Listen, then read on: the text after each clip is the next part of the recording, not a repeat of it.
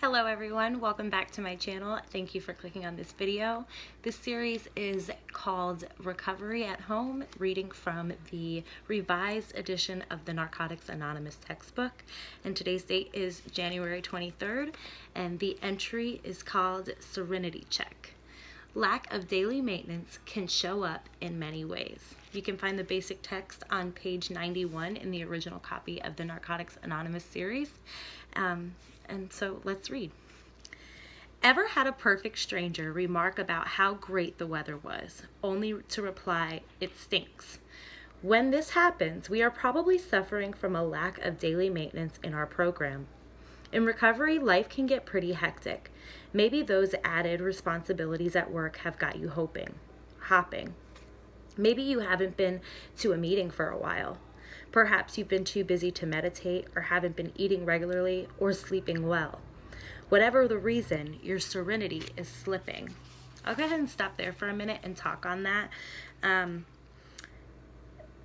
I personally am suffering from a lack of daily maintenance. I do not eat the way that I should be. I am a huge believer in eating a wholesome breakfast, and I am a lot of times sleeping in and not eating breakfast at all, or in the middle of the night I'm waking up periodically, so if that coincides with not eating well and not sleeping right. I'm doing 3 shifts a week, overnight shifts from 10:30 p.m. to 6:30 a.m.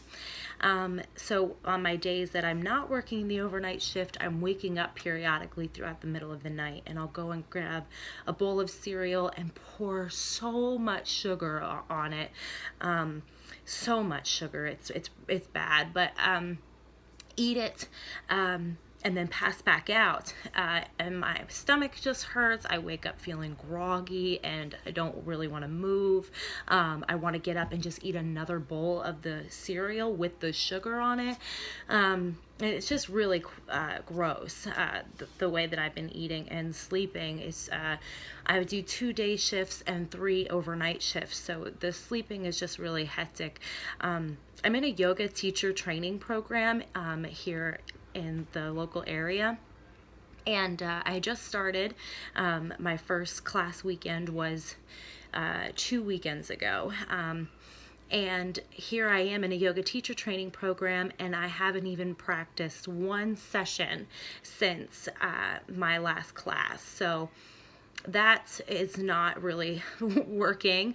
I haven't included that in my daily routine. Ideally, I'd like to wake up early, maybe about the time of the birds or just before sunrise, make some coffee, go outside, get some fresh air, have a good wholesome breakfast with my kiddo, see him off to school, get a yoga session in before my shower, tidy up around the house, read, study. I have a whole anatomy book I have to study. We are working on nonviolent communication. I have a routine planned out in my head that I'd love to actually pursue, but I haven't been. So that is true for me. When this happens, it is crucial that we take action. We can't afford to let one bad day, complete with a bad attitude, slip into 2-4 days a week or more. Our recovery depends on our daily maintenance program. No matter what is happening in our lives, we can't afford to neglect the principles that have saved our lives. There are many ways to recover our serenity. We can go to a meeting, phone or sponsor, meet another recovering addict for lunch, or try to carry the message to a newcomer. We can pray. We can take a moment to ask ourselves what simple things we haven't been doing. When our attitude heads downhill, we can avert a crash with simple solutions. Just for today, I will examine the maintenance of my daily program of recovery.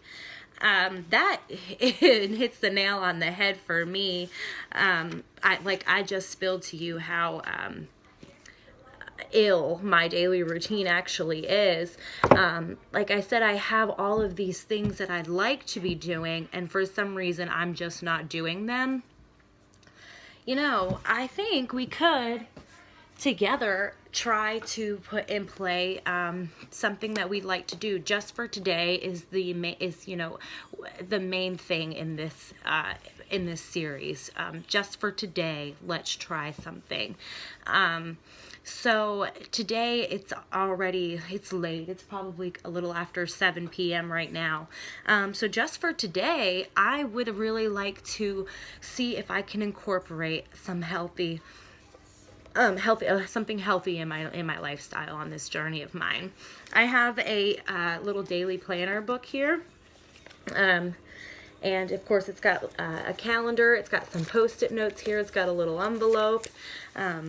And I think I'm going to go to a new slate, and we have a Monday to Sunday going on here. And it says, don't forget. And I think down here for don't forget, I'm going to do just for today. Don't forget, how did it call it? Serenity Check, I think it was. Serenity Check. Don't forget Serenity Check.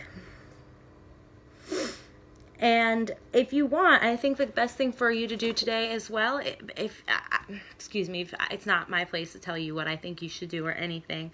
If you would like to join me, I'm also going to put it on a post-it note here and hang it above my bulletin.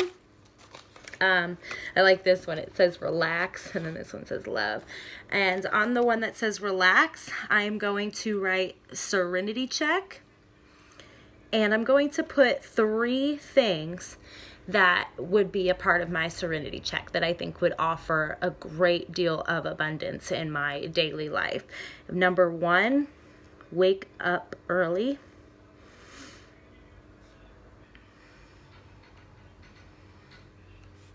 Number 2, wholesome breakfast.